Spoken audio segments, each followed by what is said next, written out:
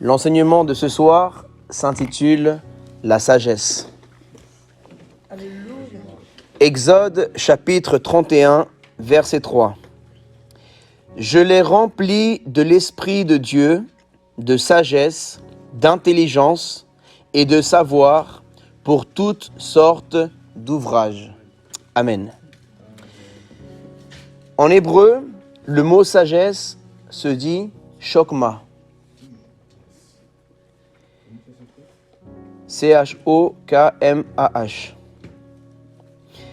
Dans ce passage, nous voyons que l'Esprit de Dieu est l'esprit de sagesse, l'esprit d'intelligence et de savoir, peut remplir une personne pour accomplir toutes sortes d'ouvrages. Un ouvrage physique, une entreprise, un bâtiment, mais aussi pour bâtir un mariage, toutes sortes d'ouvrages.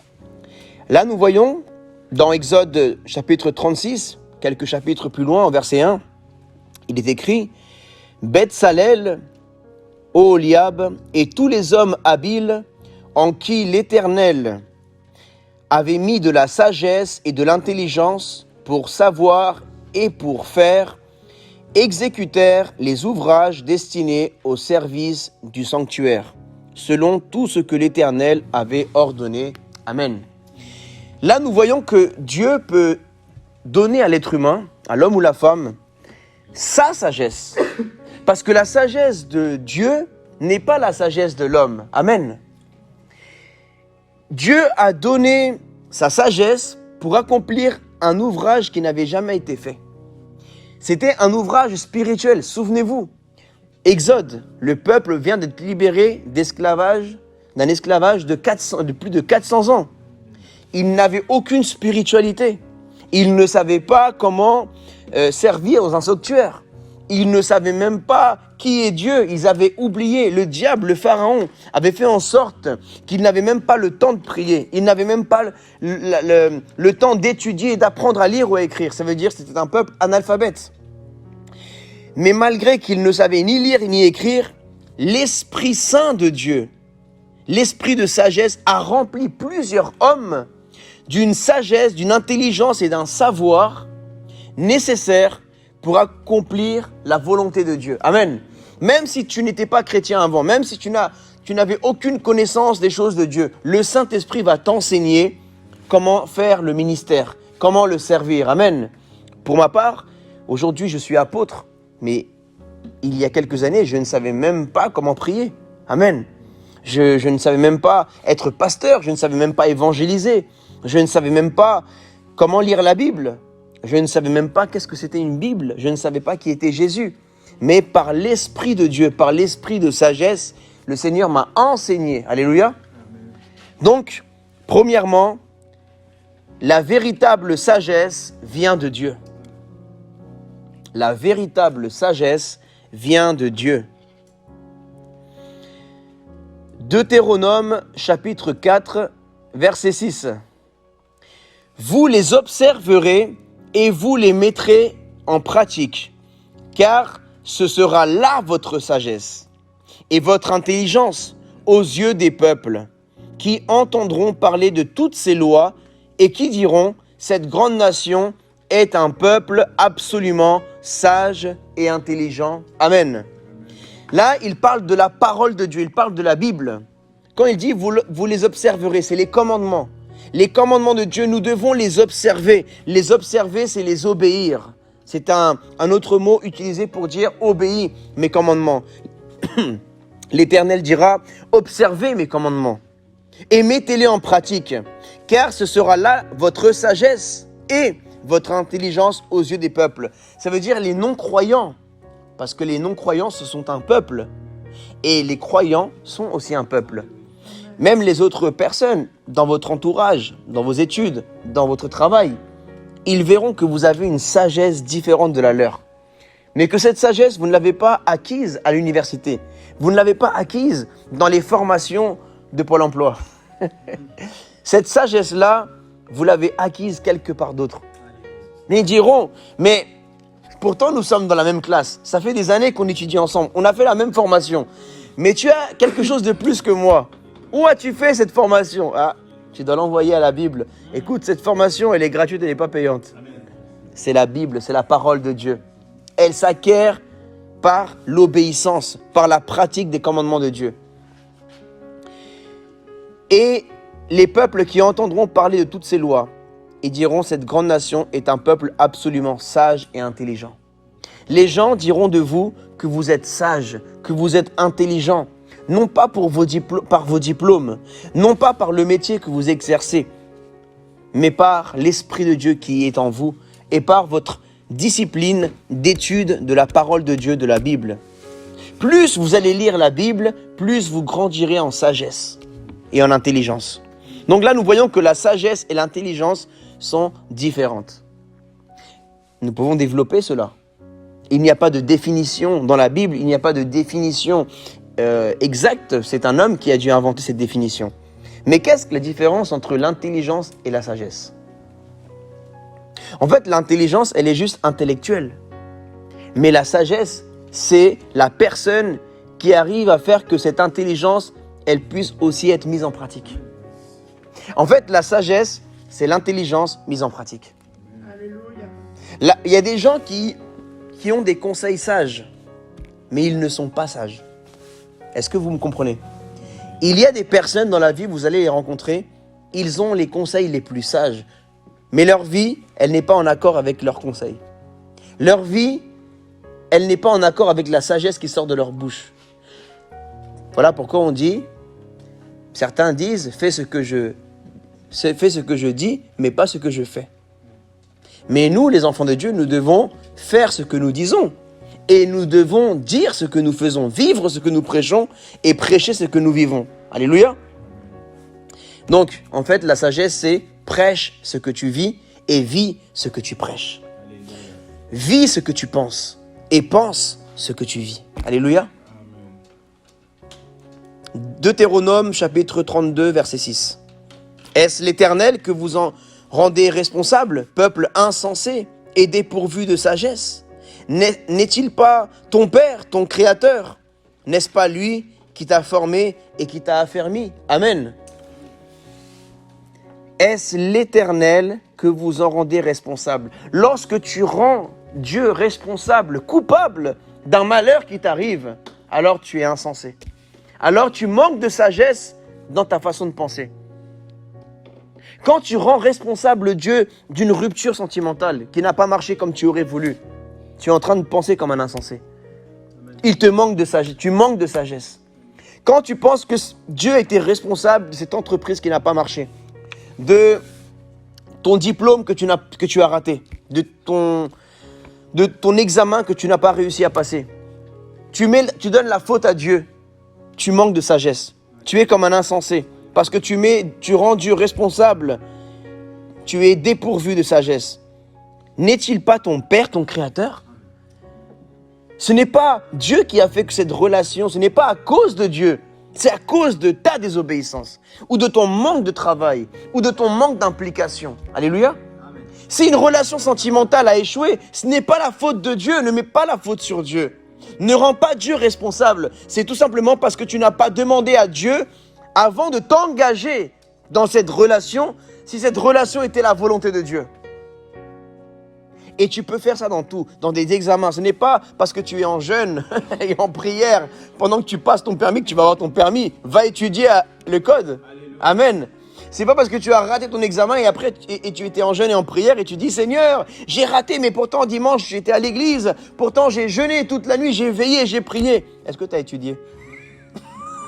Est-ce que tu as appris ta leçon? Alléluia. Ah mais mon mariage et si ça, oui, mais est-ce que tu as pratiqué les principes de la Bible d'être un bon époux, d'être une bonne épouse? Hein? La sagesse, c'est aussi apprendre à se taire. La Bible dit, celui qui se tait passe pour un sage. Il ne veut pas dire il est sage, il passe pour un sage. N'est-ce pas lui qui t'a formé et qui t'a affermi? Qui a fait de toi l'homme que tu es aujourd'hui? Qui a fait de toi la femme que tu es? C'est Dieu. Et le simple fait de reconnaître que c'est Dieu qui a fait de toi la personne que tu es, c'est un acte de sagesse. Tu es sage aux yeux de Dieu. Tu peux paraître sage aux yeux des hommes, mais aux yeux de Dieu être insensé. Et tu peux paraître insensé aux yeux des hommes, mais être sage devant Dieu. Par exemple, les scientifiques de ce monde passent pour des sages. Les philosophes passent pour des grands sages, des grands savants. Les athées qui rejettent Dieu, on va dire qu'ils idolâtrent la sagesse de certains philosophes. Mais ces philosophes sont des insensés aux yeux de Dieu. Est-ce que vous comprenez ce que Dieu nous enseigne? Le monde a essayé de connaître la vérité par sa sagesse. Il a échoué, il s'en mêle les pinceaux. Voilà pourquoi il y a les théories. Le mot théorie, ça veut dire déjà que ce n'est pas la vraie chose. C'est une théorie. Ça veut dire c'est une spéculation, c'est peut-être. Mais Dieu, il ne prêche pas le peut-être. Dieu nous enseigne la vérité. C'est sûr. Quand tu bases ta vie sur une philosophie, une théorie, même le monde, même les non-croyants disent « je crois en la théorie de Darwin ». Mais lui-même, il était perché. Lui-même, il ne savait même pas quand il allait mourir. Il ne savait même pas pourquoi il était sur Terre. Lui-même, il ne sait même pas il y a quoi après la mort. Qu'est-ce que tu vas fonder ta vie sur la théorie d'un gars qui ne sait même pas d'où il vient avant la naissance et où il va après sa mort? Einstein, il y en a, ils se basent sur Einstein. Oui, c'est un scientifique qui a cru en Dieu, mais lui-même n'a pas vécu la sagesse dans sa vie personnelle. Voyez la biographie d'Einstein. Il a eu beaucoup de succès dans sa vie intellectuelle, professionnelle, mais sa vie personnelle, mariage et enfants, c'était un désastre. Donc, la sagesse nous aide à réussir dans toutes les sphères de notre vie. Si tu réussis financièrement, mais tu ne réussis pas sentimentalement, tu manques de sagesse quelque part. Si tu réussis sentimentalement, mais tu ne réussis pas financièrement ou dans le ministère, tu manques de sagesse quelque part. Il faut que tu ailles chercher la source de la sagesse, l'intimité avec le Saint-Esprit. Deutéronome, chapitre 34, verset 9. Josué, fils de Nun, était rempli de l'esprit de sagesse. En fait, la sagesse est un esprit. La sagesse est un esprit. Est-ce que vous saviez, et j'ouvre une parenthèse et une virgule, que le mensonge, c'est un esprit. Le mensonge est un démon. Oui. La fornication est un démon. La sorcellerie est un démon. Tous les péchés ont un démon qui se cache derrière. La peur est un démon. L'incrédulité est un démon. Donc, la sagesse est un esprit et c'est l'esprit de Dieu. L'esprit de vie. La vie est esprit. C'est l'esprit de Dieu qui donne la vie, qui est la vie lui-même. La sagesse, c'est l'esprit de Dieu qui est lui-même la sagesse. Amen. Dieu est amour. Dieu est la sagesse. Il est du verbe être. Il est, je suis. Il a dit je suis. Quand il s'est révélé à Moïse, Yahweh, ça veut dire je suis. Il est tout pour toi. Il est ton tout. Et toi, tout doit être centré en Dieu. Amen. Tu existes grâce à Dieu. Tu es grâce à Dieu. Sans Dieu, tu n'es pas. Donc, car Moïse avait posé ses mains sur lui. Donc, Josué, fils de Nun, était rempli de l'esprit de sagesse, parce que, donc il y a une condition derrière. Il y a quelque chose, un élément qui a déclenché cela. Donc, dans ta vie, l'esprit de sagesse peut venir par l'imposition des mains de ton autorité spirituelle. Moïse avait posé ses mains sur lui, dit la Bible. L'esprit de sagesse donc Josué était rempli de l'esprit de sagesse, car Moïse avait posé ses mains sur lui. Tu peux transmettre la sagesse quand tu imposes les mains à quelqu'un. Mais si tu peux transmettre la sagesse, même des gens qui t'imposent les mains, voilà pourquoi tu ne dois pas te laisser imposer les mains dans les conférences. Là où vous allez, peut-être église, voilà. Faites attention qu'on ne vous impose pas les mains sur la tête. Même moi, je n'impose pas les mains avec légèreté sur la tête. Parce que c'est délicat. Tu peux transmettre des choses, bonnes ou mauvaises. Donc, moi, j'impose les mains à mes enfants spirituels que Dieu m'a confiés. Mais si quelqu'un, c'est le fils spirituel ou le disciple de quelqu'un d'autre, par respect, je ne vais pas lui imposer les mains. Parce que peut-être cette personne ne sera pas d'accord avec cela. Et par respect, amen. Alléluia. Amen. Donc, fais attention qui t'impose les mains et fais attention quand tu imposes les mains parce que peut-être tu peux transmettre aussi des choses pas bonnes. Sois sûr que tu es en règle avec Dieu à ce moment-là. Parce que tu peux transmettre des choses bonnes ou pas bonnes. Si tu peux transmettre la sagesse, tu peux aussi transmettre des choses comme être insensé, des choses différentes. Les enfants d'Israël lui obéirent et se conformèrent aux ordres que l'Éternel avait donnés à Moïse. Donc, par l'esprit de sagesse, des personnes que Dieu met dans ta vie, que Dieu te confie, vont t'obéir. Par l'esprit de sagesse qui est en toi. Amen. Ton mari peut t'écouter par l'esprit de sagesse qui est en toi, ma sœur. Ta femme peut t'écouter, mon frère, par l'esprit de sagesse qui est en toi. Parce que si tu es un homme sage, ça donnera envie à ta femme de t'écouter et de t'obéir. Amen. Ma sœur, si tu es une femme sage, ça donnera envie à ton mari de t'écouter et de t'obéir. Quand tu diras, passe l'aspirateur, chérie. Donne-moi la carte bleue, mon amour. Quand tu as un esprit de sagesse, comment tu demandes les choses? Tu dégages la sagesse. Ton mari, il ne pourra pas résister à cet esprit de sagesse. Il va dire, ma femme, elle est trop sage. Je vais lui donner ma carte bleue. Mais après, tu vas donner, tu vas dire, mais pourquoi j'ai fait ça? Alléluia, papa. C'est toi qui n'as pas été sage après. 2 Chroniques, chapitre 1, verset 10. Accorde-moi donc de la sagesse et de l'intelligence, afin que je sache me conduire à la tête de ce peuple. Car qui pourrait juger ton peuple, ce peuple si grand? Amen. Donc là, c'est le roi Salomon qui reçoit la royauté. Il hérite de la royauté. Quand tu reçois un ministère, diacre, diaconesse, pasteur, évangéliste, tu dois demander la sagesse à Dieu aussi, qui va avec ce revêtement spirituel, ce mandat que tu as reçu. Amen. Tu as reçu un revêtement, quand tu es père, tu deviens papa le jour où ton bébé il vient au monde. Demande à Dieu la sagesse pour exercer ce ministère de papa ou ministère de maman. C'est un ministère, ça. Demande à Dieu la sagesse pour être une bonne maman, un bon papa. Alléluia. Quand tu te maries, demande la sagesse pour être un bon mari, une bonne épouse, même un bon fiancé, une bonne fiancée. Parce que de tes fiançailles dépendent aussi si tu vas te marier ou pas, mon ami. Parce que si tu n'as pas la sagesse dans les fiançailles, tu risques de gâter même ton mari.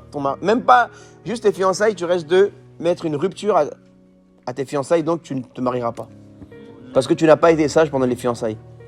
Donc pour réussir à te marier déjà, sois sage pendant les fiançailles. Se maintenir dans la sainteté est un signe de sagesse.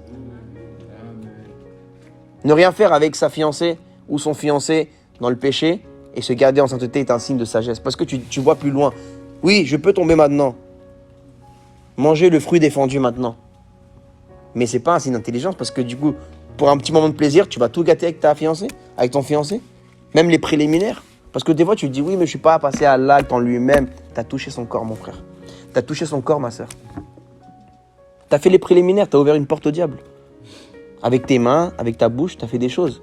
Tes yeux ont vu le corps de ta fiancée avant même de la marier. Tu l'as déshonoré, mon frère. Tu l'as déshonoré, ma soeur. Et en déshonorant ta fiancée, tu as déshonoré son père et sa mère. Et tu as déshonoré son créateur. Alléluia. Donc la sagesse, c'est savoir attendre jusqu'au mariage. Quand tu ne sais pas attendre, tu n'es pas sage. Tu es insensé.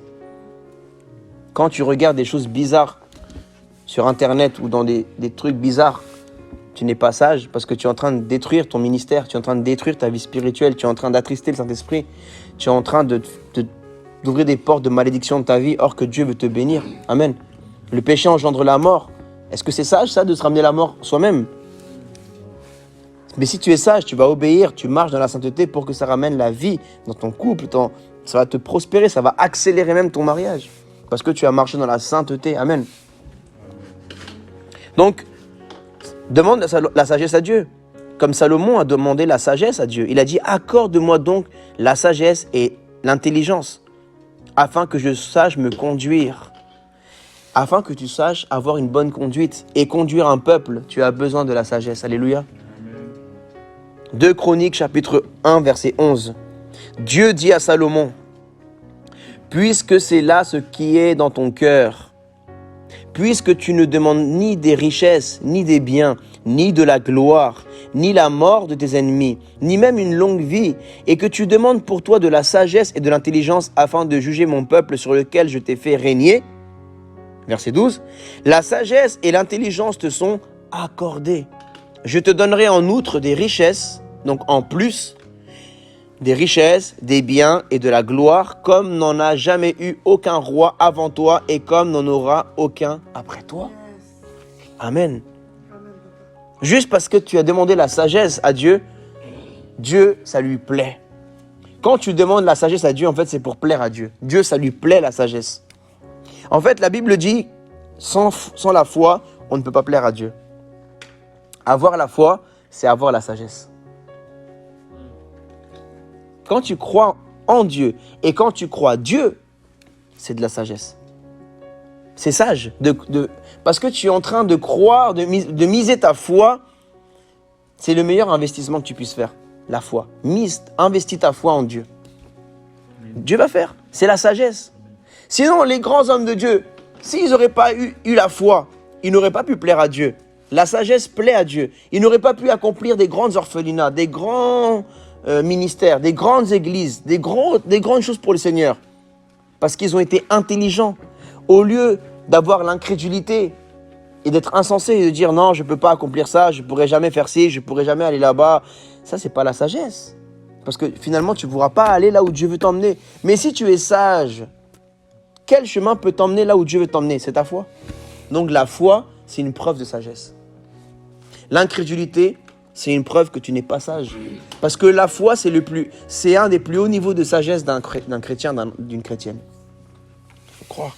Moi, si je n'aurais pas eu la foi, je n'aurais pas été sage. Je n'aurais jamais commencé l'église. Je n'aurais jamais pris cette salle. Je ne me serais jamais engagé dans l'autre salle qu'on va déménager. Parce que je n'aurais pas été sage. Et du coup, qui m'aurait aidé à ça? Non, personne, parce que Dieu ne m'aurait pas aidé, puisque je n'aurais pas cru en Dieu.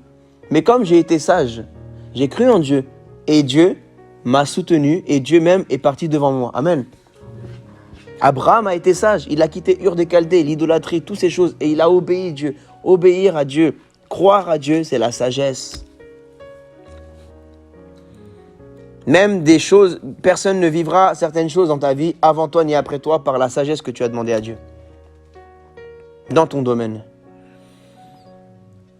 2 Chroniques, chapitre 9, verset 3, là, ça va intéresser certains. La reine de Séba vit la sagesse de Salomon et la maison qu'il avait bâtie.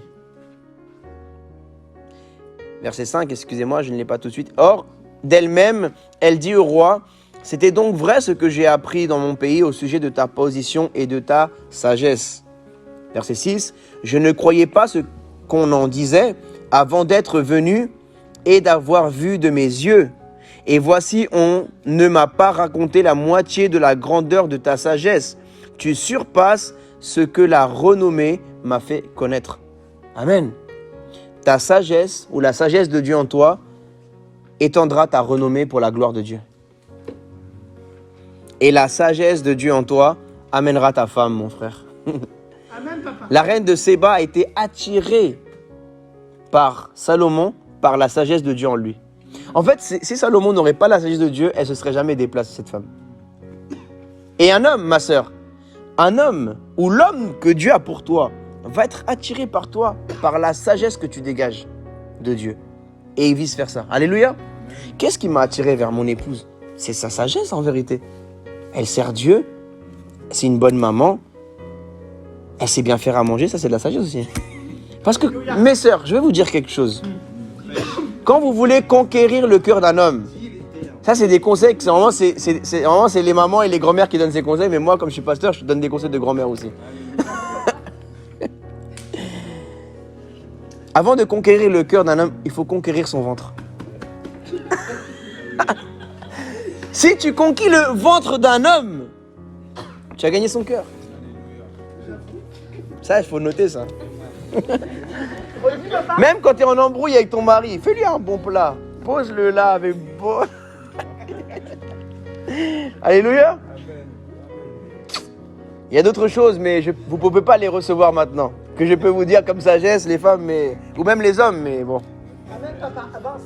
Alléluia. Mon frère, si tu veux conquérir le cœur de ta femme aussi, c'est par beaucoup de moyens financiers aussi. Tu dois lui faire des cadeaux, tu dois l'inviter aussi, être romantique avec elle. Amen. Tu dois l'inviter à sortir, mais pour sortir, il faut de l'argent. Dès que tu sors avec une femme, il faut de l'argent, de toute façon. Tu veux l'emmener où? Tu vas l'emmener au square? Tu vas l'emmener au parc? Emmène-la dans un resto, emmène-la dans un endroit, au cinéma, emmène-la. Mais il faut l'argent. Dès que tu sors une femme de sa porte, là, tu quittes ça coûte de l'argent maintenant.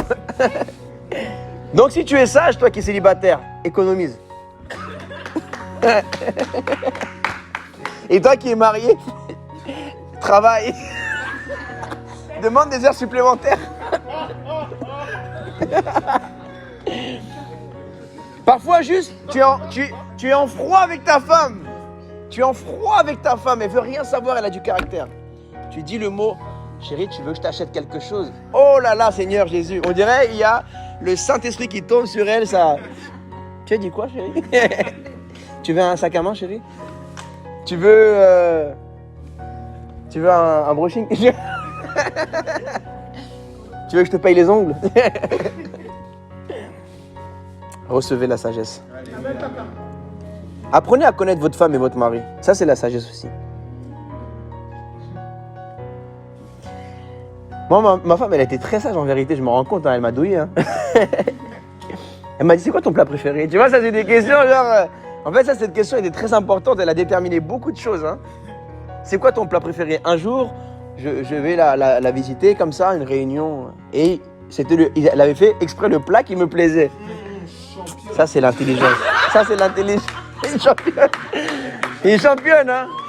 Tu organises un événement. Tu dis, bon, venez chez moi, je fais un petit repas. Et tu fais le plat qui plaît. Alors, ça te plaît? Là, tu viens de gagner des points énormes. Même tu peux, toi aussi, frère, demander à cette femme qui t'intéresse ou qui Dieu t'a parlé, ou même ta fiancée ou ta femme, qu'est-ce qui te plairait, qu'est-ce qui te plaît, ou tu notes tout ça. Comme ça, tu gardes des jokers. Si un jour, tu es disputé, tu envoies, tu sors ces choses. Ah tiens, chérie, je t'ai acheté ça, tac. Ça va ramener un esprit de réconciliation très fort. Tu recevras même plus de ce que tu voulais par la sagesse que Dieu a mis en toi. Amen. Gloire à Dieu, gloire à Dieu. Donc, nous voyons que la reine de Séba, elle s'est déplacée, elle a été attirée par Salomon par sa sagesse. 2 Chroniques,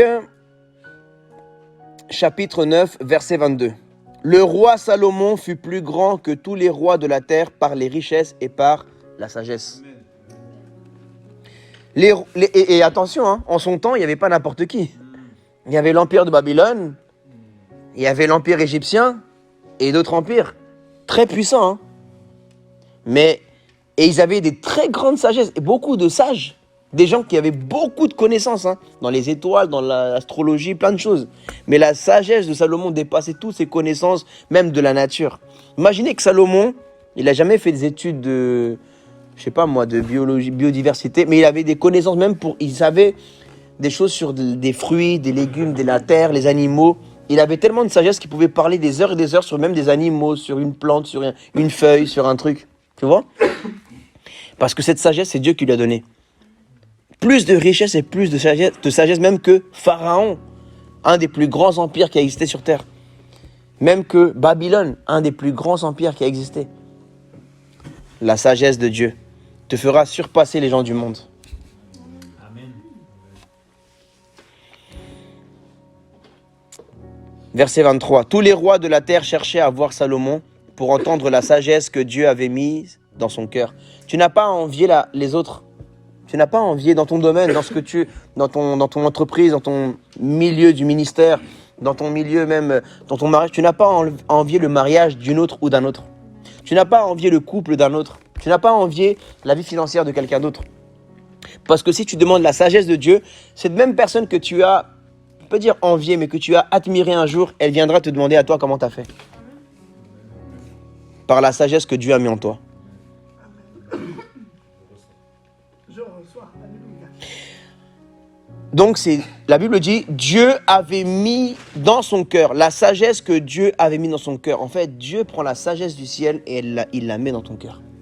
Il la dépose. C'est comme un transfert qui se fait. de cœur à cœur. En fait, c'est du cœur de Dieu à ton cœur. Alléluia, carrément. 1 Roi, chapitre 3, verset 28. Tout Israël apprit le jugement que le roi avait prononcé et l'on craignit le roi, car on vit que la sagesse de Dieu était en lui pour le diriger dans ses jugements. Amen. Des personnes vont te craindre, te respecter par ta sagesse. Quand quelqu'un te craint ou te respecte, ça veut dire que ça évite des dangers. Ces personnes ne se permettent pas de parler ou de faire des choses par la crainte qu'ils ont de ta sagesse. Alléluia. De la sagesse que Dieu a mis en toi. Du jugement. Même la sagesse t'aidera à être un bon patron. Comment administrer ton entreprise. Comment et tes ouvriers vont te respecter. Tes employés vont te respecter. Ils vont respecter le patron, la patronne par la sagesse que le patron exerce. Dans l'église, le pasteur est aussi respecté par la sagesse de Dieu en lui. Lorsque vous, les disciples, ou vous, les enfants dans la foi, vous voyez la sagesse de votre pasteur, vous allez plus admirer et plus respecter votre pasteur parce que vous dites, non, mon pasteur, il est sage. Alléluia. Vous dites, non, mon pasteur, il a pris cette décision. Moi, je ne reste pas sûr comment réagir là. Mais quand tu vois comment ton pasteur affronte différents événements, différents moments de la vie d'église, tu dis, waouh, non, j'ai vraiment la crainte de respect. J'ai ce respect envers cet homme de Dieu. Parce que j'ai vu comment à tel moment, peut-être moi j'aurais pété un plomb, j'aurais pété un câble, moi j'aurais pas su quoi faire, mais mon pasteur, il a bien agi pour la gloire de Dieu. Amen. Et ça, c'est dans tout. Même ta femme va te respecter, mon frère, quand il va voir comment tu éduques tes enfants. Même ton mari va te respecter quand on va voir comment les décisions que tu prends, ma soeur, ton mari, waouh. Moi, je respecte ma femme parce qu'il y a des moments où elle prend des décisions, je dis waouh. Même ma femme me respecte. Elle m'a déjà dit plein de fois par rapport aux décisions, comment j'ai agi par rapport aux enfants quand il y a eu des choses, même par rapport aux finances, par rapport à des décisions qu'on devait prendre ministérielles ou dans la vie personnelle. Ma femme me respecte par rapport à des décisions que j'ai prises. Et ça me donne plus de crédibilité. Parce que ta femme se dit, si un jour mon mari a pris cette bonne décision et si un jour on ne sait pas quoi prendre comme décision, je vais suivre mon mari parce que la dernière fois il a pris une bonne décision. Et même homme envers femme, pareil.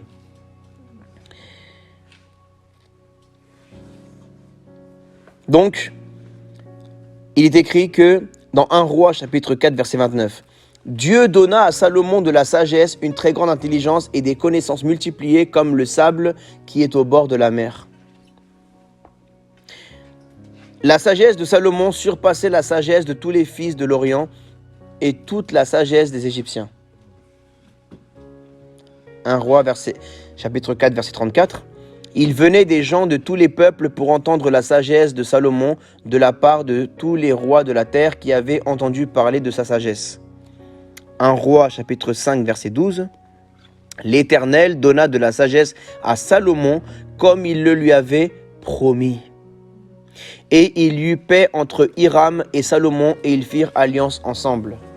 La sagesse que Dieu te donnera te permettra d'être en paix avec tout le monde.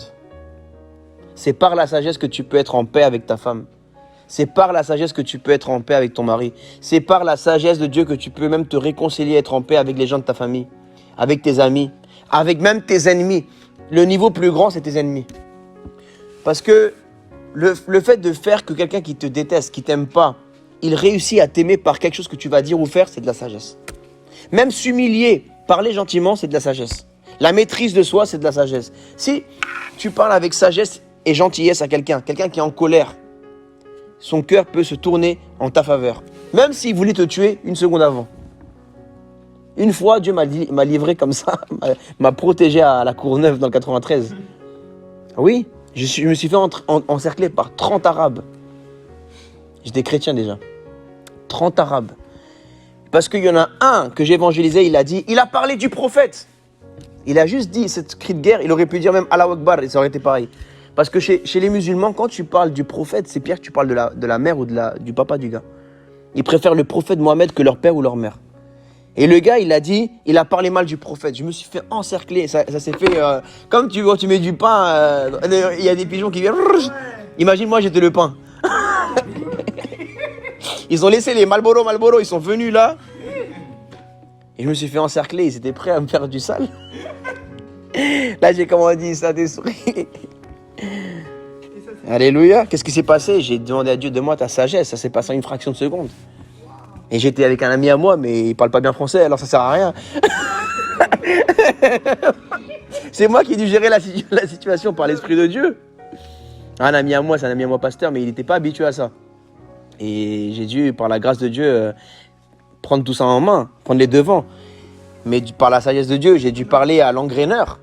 J'ai dû cibler celui qui engrainait tout le monde. Et je l'ai pris à part par une parole de sagesse. J'ai dit, écoute, c'est quoi, je vais te prouver par A plus B, viens, on va prendre un café. Et je c'est quoi, viens, je te paye un café, Roya. J'ai pris l'engraineur avec moi et dit, écoutez, je vais parler avec lui, on va régler ça. Et ça va s'arranger, vous inquiétez pas.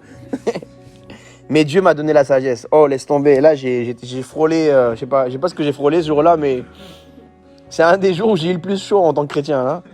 Te faire encercler par 30 musulmans qui veulent rien savoir parce que il y en a un qui a dit, il a parlé mal du prophète. Oh là là.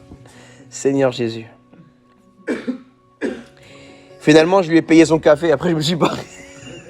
Je l'ai laissé dans le tabac. Je me suis barré.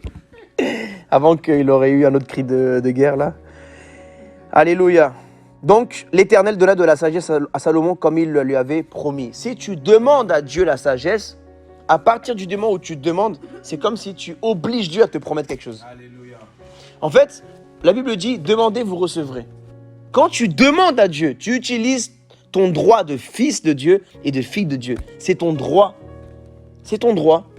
Et quand tu dis, Seigneur, je te demande, Père, au nom de Jésus, ton fils. Comme dit la Bible, Jésus a dit, tout ce que vous demandez au Père en mon nom, je vous le donnerai. C'est une affirmation.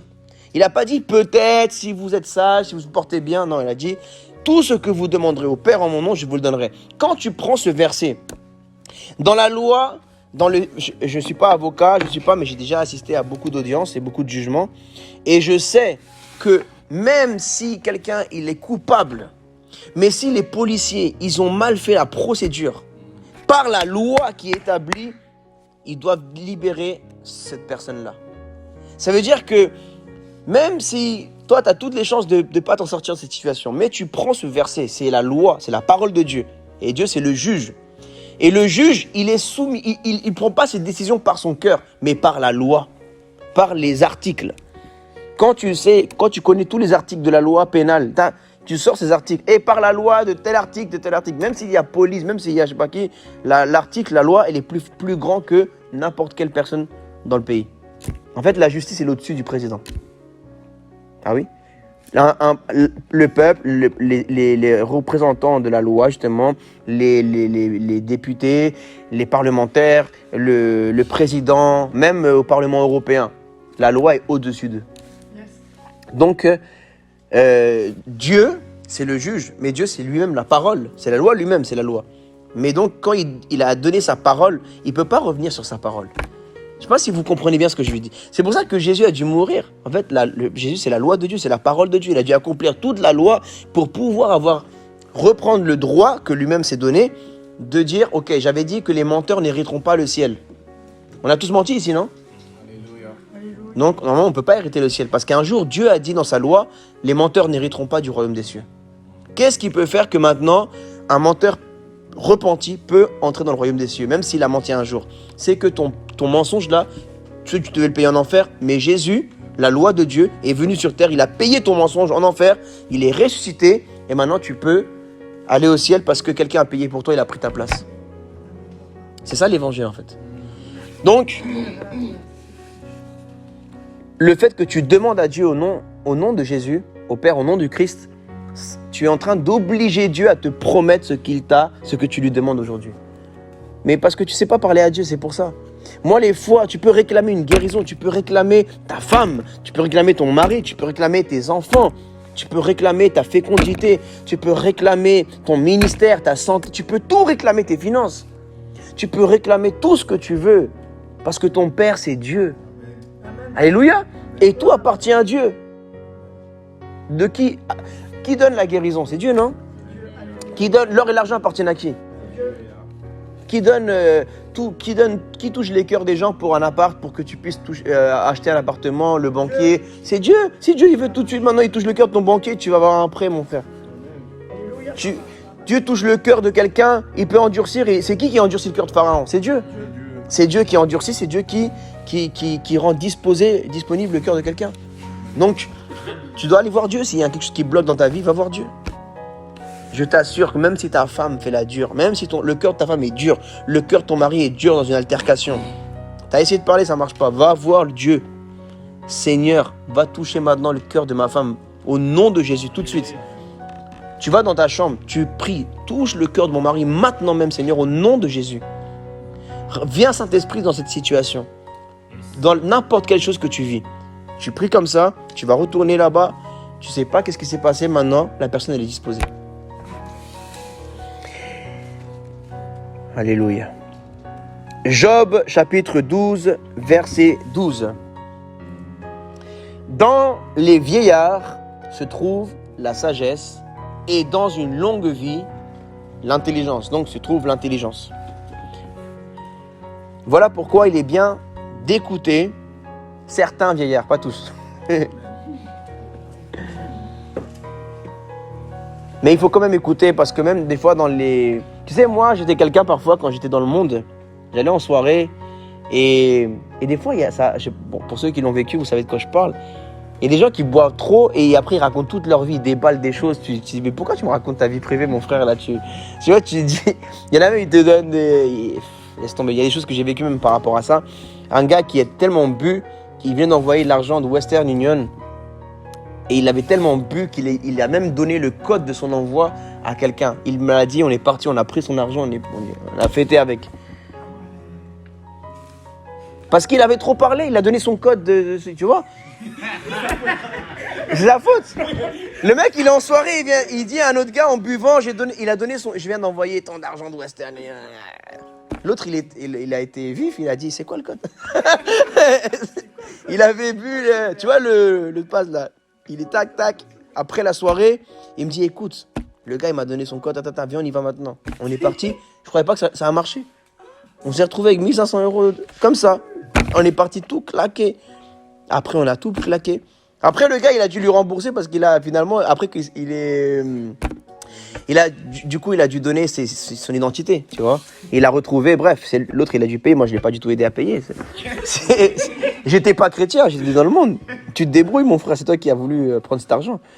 Mais en tout cas, des fois, ça t'arrive d'être dans des endroits et les gens boivent et ils s'ouvrent à toi. Mais des fois, ils disent des bêtises. Mais des fois, dans leur truc, ils disent des choses vraies, tu vois. Et c'est pour ça qu'il faut mépriser personne. Voilà, c'est là où je veux en venir. Il faut mépriser personne. Quand tu méprises les gens, des fois, Dieu peut te parler à travers un âne ou une pierre.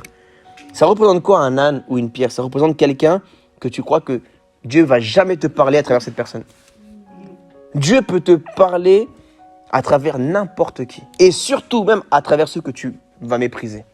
Voilà pourquoi ne méprise personne. Parce que derrière cet âne, derrière cette pierre, peut-être, et c'est la prophétie que tu attends, la parole que tu attends de Dieu. Alors, maintenant, les conseils des anciens. Oui, écoute, assis-toi parfois avec des anciens. Écoute-les, mais filtre surtout, filtre. Il faut filtrer par la Bible. Est-ce que ce qu'ils disent, ok, c'est sage, mais est-ce que c'est biblique? Parce que des fois, tu vas écouter des conseils des vieillards ou des gens qui ont une longue vie, ça paraît très sage. Mais c'est pas en accord avec la parole de Dieu. Tu vois, surtout dans le mariage, des fois les gens ils vont te donner des conseils, fais ça, les femmes il faut les traiter comme ça, les hommes comme ça, sinon la femme elle va pas apprendre et le mari va pas. Non, c'est pas biblique, amen. Donc tu dois faire attention aussi à ce que tu écoutes. Moi j'ai un oncle, il est comme ça. J'ai un oncle, lui, tu l'entends, hein, tu te dis ce mec là il est trop sage, mais sa vie elle est pas du tout en accord avec ce qu'il... Et en plus c'est des conseils du monde qu'il te donne. Quand tu vas à la Bible, tu te dis non mais c'est pas du tout comme ça. Mais quand tu l'écoutes, tu peux te laisser séduire par ces sagesses du monde. Parce que la sagesse du monde, elle est séductrice, hein, attention. Hein. Elle séduit. Hein. La sagesse du monde, elle peut te séduire. Ne te laisse pas séduire par la sagesse du monde. Ne flirte pas avec la sagesse du monde d'ailleurs. Va directement avec la sagesse de Dieu. Si Dieu t'a dit ça, c'est ça, comme ça, comme ça. Mais toi, tu commences à flirter avec la sagesse du monde. Tu seras avec un esprit de doute. Voilà pourquoi il faut toujours filtrer, il faut toujours prier et dire Seigneur, je veux ta sagesse, je me dépouille de la sagesse du monde, de l'intelligence des hommes, Seigneur, et je veux ta sagesse à toi, ton intelligence à toi. Amen.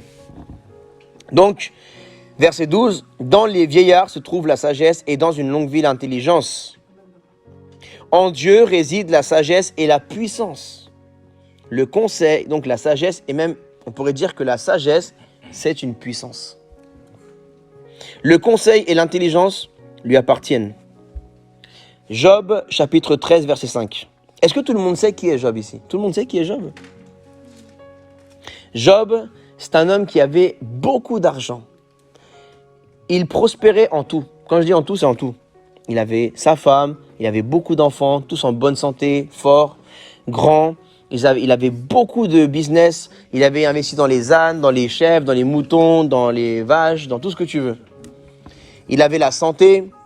Mais un jour, le diable est venu, il lui a tué ses enfants, il lui a donné une lèpre, il a enlevé toutes ses richesses, on lui a envoyé des gens pour lui voler tout, il est resté sans rien. Même sa femme l'a dit, maudis ton Dieu et tue-toi. Cet homme-là, après des années, ou après un laps de temps, Dieu lui a donné le double de ce qu'il avait. Parce qu'il n'a pas maudit Dieu, parce qu'il n'a pas tenu Dieu pour responsable. Et Dieu, quand tu ne le tiens pas pour responsable, tu l'honores.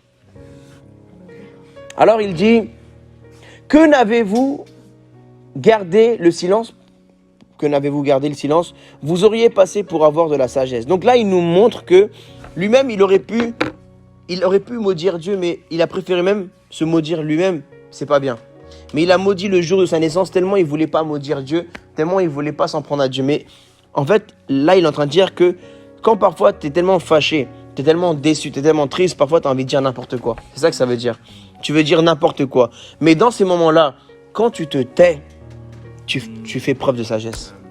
Parce que parfois on dit des choses sous la colère, même dans le mariage, dans une amitié, dans la famille, ou même dans le travail. On est sous la colère, on est sous l'émotion, sous la tristesse, sous une émotion, influencée par une émotion ou un sentiment, et on dit des choses qu'après on regrette, non? Ça n'arrive qu'à moi. Voilà. Et après tu dis pourquoi j'ai dit ça. Et après tu fais ce refrain que tout le monde dit, je voulais pas dire ça. C'est pas comme ça qu'il fallait le prendre. C'est pas comme ça qu'il fallait le comprendre.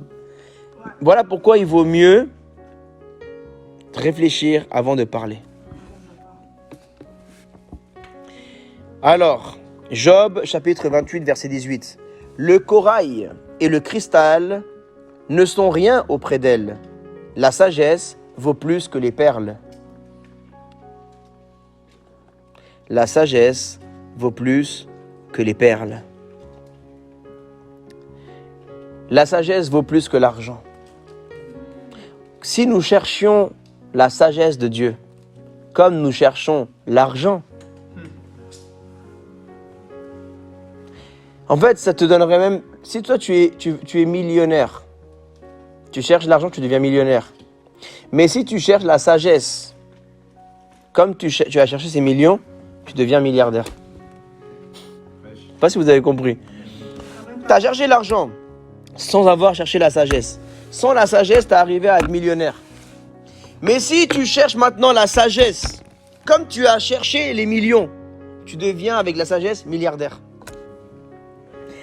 Sans sagesse ou sans chercher la sagesse de Dieu, tu as acquis des centaines d'euros.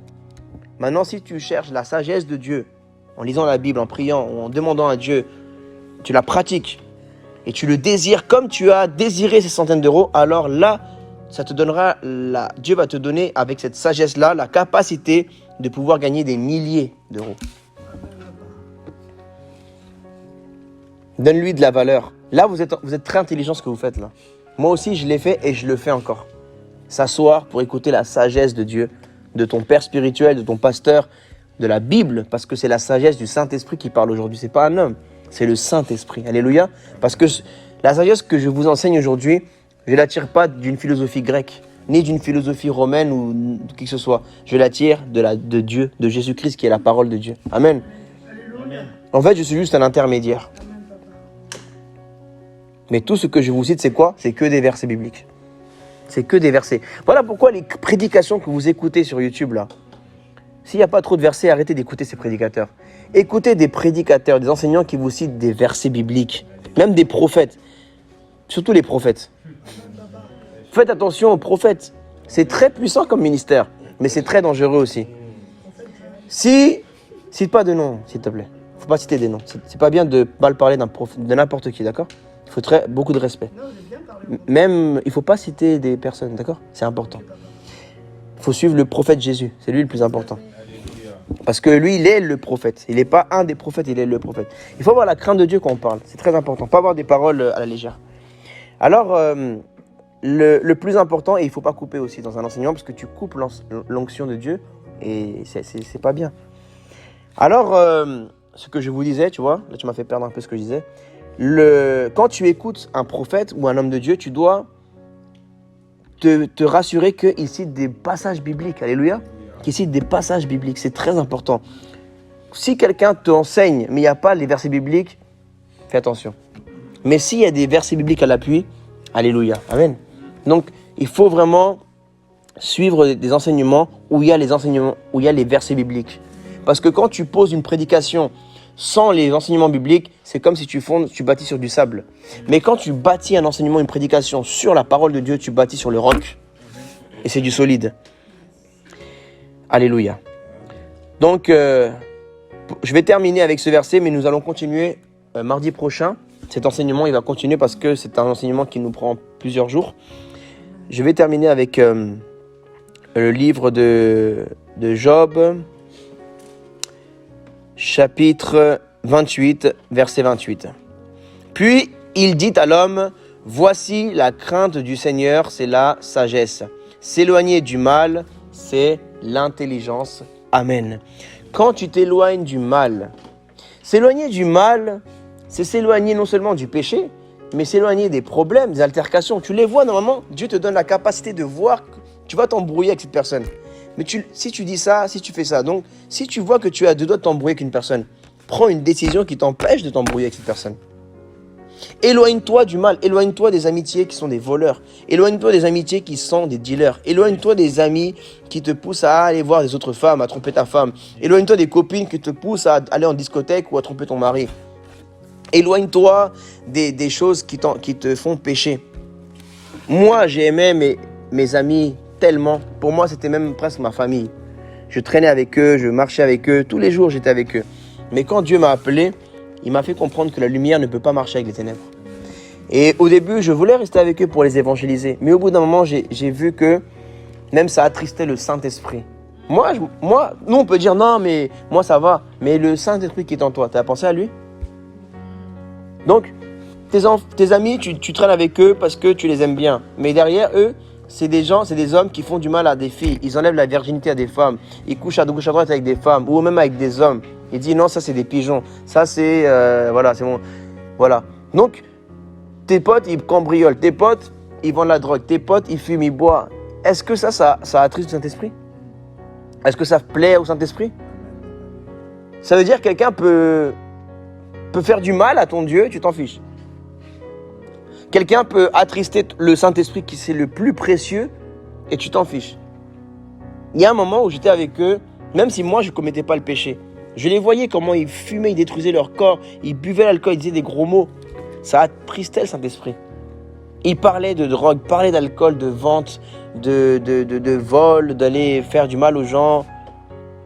Mais comment je peux tolérer ça? Moi je les aime, mais je ne peux plus marcher avec eux. Amen. Tu dois être radical, tu dois pas flirter avec les ténèbres. Il y a un moment de ta vie, un niveau que Dieu va t'emmener, tu devras prendre cette décision. Sinon, tu vas stagner, dans 10 ans, tu seras encore là et tu n'auras pas évolué. Et ça, c'est très important. Donc, la crainte du Seigneur, c'est la sagesse. Quand tu as la crainte de Dieu, ça, c'est de la sagesse. La crainte de Dieu pour ne pas tomber dans un péché, c'est la sagesse. Alléluia. Donc, soyons sages, mes frères et mes sœurs, pour la gloire de Dieu. Acclamons la parole de Dieu.